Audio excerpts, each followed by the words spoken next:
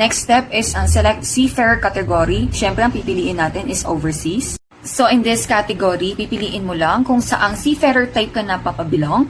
Then, and in my case, ang pinili ko kasi is apprentice kasi baguhan pa lang ako.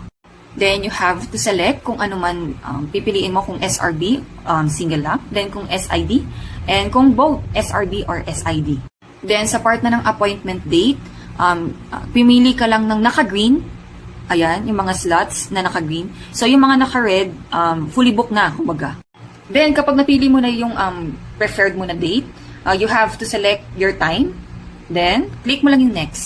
So, sa step number 3, you have to fill out your information. Full name, first name, last name, middle name, kung may suffix ka man. Then, height and weight.